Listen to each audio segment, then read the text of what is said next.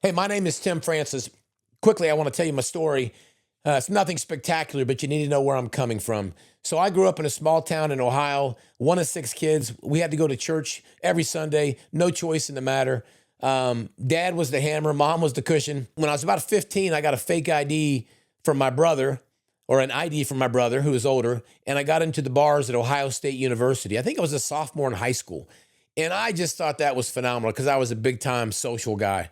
I was into sports, social, and I always thought I'm going to go to Ohio State. I couldn't wait. It wasn't for the right reasons, just for the party scene. And when I got there, I just involved myself in that. I always say my feast days were Ohio State, Michigan football. I never went to church unless I came home once a month with mom and dad. I was in the Air National Guard, so once a month I came home. That's how I paid for college. And I had to go to church. That's how I looked at it. I thought church was boring and so on and so forth. And then I got involved in that scene, and I got involved in some heavy addictions toward the end of college. And I just quit going to church. I moved down to Dallas, Texas. I met my wife in a bar. She had no religious upbringing, none at all. My wife was a powerhouse woman that just really, she built her own house when she was 24, right? She was in the world as you can get. And so what happened is we got invited to this big mega church. And I was like, it was nice, but I'm like, is this real? How do I know Christianity's real? So a guy gave me a book called Evidence That Demands a Verdict. And I thought that was really cool that somebody had historical evidence, not just some kind of passed on story for Jesus Christ. Like, how do I know Jesus existed? And that's not what I'm getting into right now, but there's books written about this. So I was kind of pumped about that. And then my mom sent me another tape. It was a 2-hour show on Fox, a documentary. Nothing like this has ever been filmed in human history. And it was called Signs from God, Science Tests Faith. Now, if you go to my website, you can see about 30 minutes of what my mom sent me, some of the most powerful portions of that show, as a matter of fact, where I witnessed a lady experience the stigmata. I didn't know what the stigmata was. It would be like if somebody sent you a tape of Bigfoot. You understand? I just thought, like, 3 questions, right? Is it real? Is it from God? And what's the sign? Long story short, it took me 10 years to find that out. All those answers. I brought the father of Australian investigative journalism and his attorney, Ron Tesoriero, to 2 churches in the United States in 2009 after I had read their books and their documentaries, and I realized the evidence was overwhelming that this was real. And I wanted to get, to the horse's mouth.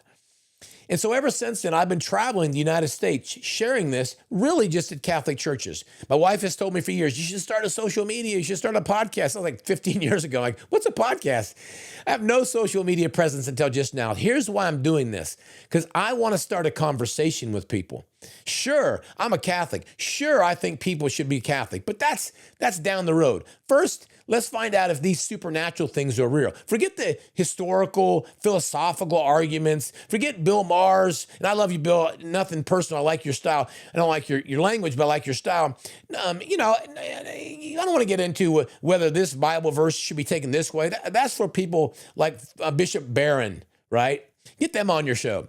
I'm talking about whether these supernatural things are real, whether they happened. What does the evidence say? And then what is your explanation for them outside of the Christian faith?